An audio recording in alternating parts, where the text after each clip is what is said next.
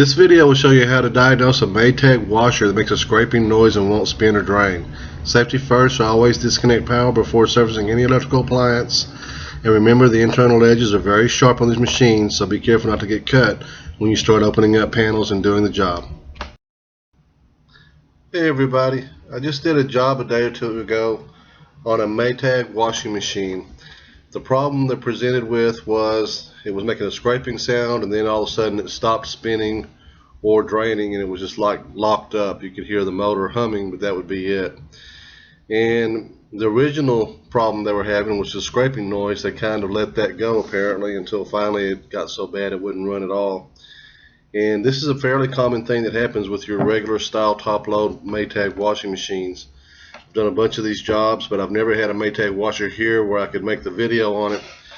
So I decided to come on here and do the video this way instead. I don't have very many pictures either, but here's the old pump.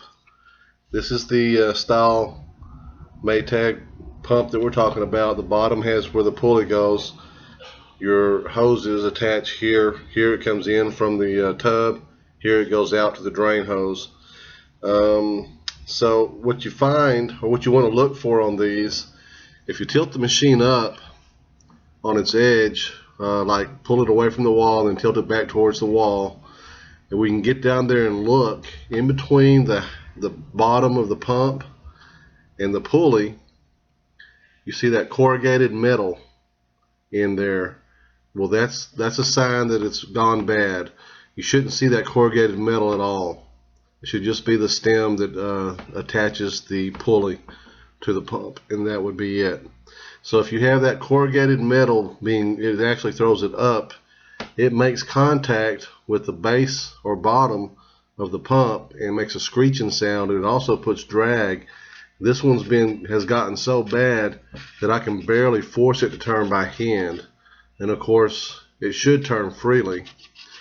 When it puts that extra drag on it, that's too much drag for the motor to handle, and that's when it will lock up and it won't be able to spin or drain anymore if it has one belt that does everything, which this style did. So I'm going to show you a couple of pictures now, and so you can have an idea of what I'm talking about as far as what it looks like underneath the machine.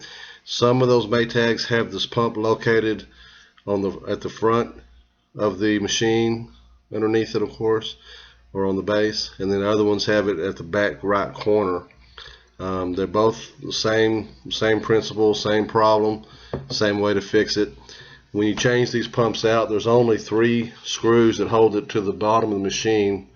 One screw hole here, another one here, and then another one here. There are 3/8 size socket to remove those 3, and then of course you remove the 2 hoses. Now if there's water in the tub, you want to bail it out as much as you can first, or gravity drain it, and then be ready when you take these hoses off for the remainder of the water to spill. Have towels there and what have you, and so you're not damaging the floor or something like that.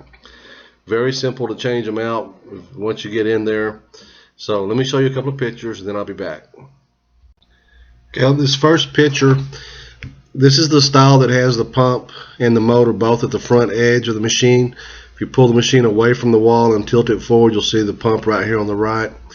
Here's one where the pump is at the back right corner, so you tilt it back, you'll be able to see it back there. You see that red arrows pointing to that corrugated metal you can see. And then finally, this last one shows it when it's in the back.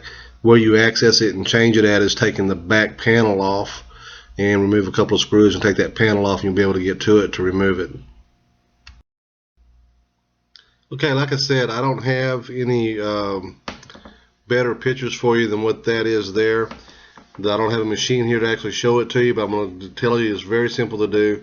Just run the belt off of one of the pulleys like you would changing a belt or installing a belt on a pulley on a car.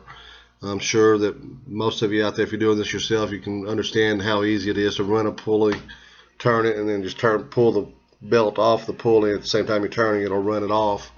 And same way to reinstall the belt, turn it, put it on as far as it'll go, and then turn the pulley to ride it back up on the pulley to get the belt back on. So that's how you get the belt off and on. Pretty simple. Now if the pump is located in the front of the machine, There's two clips that hold that front panel on, and you have to remove that front panel to get access to the pump to change it. And to do that, just use a flat blade screwdriver or a putty knife, a real stiff putty knife.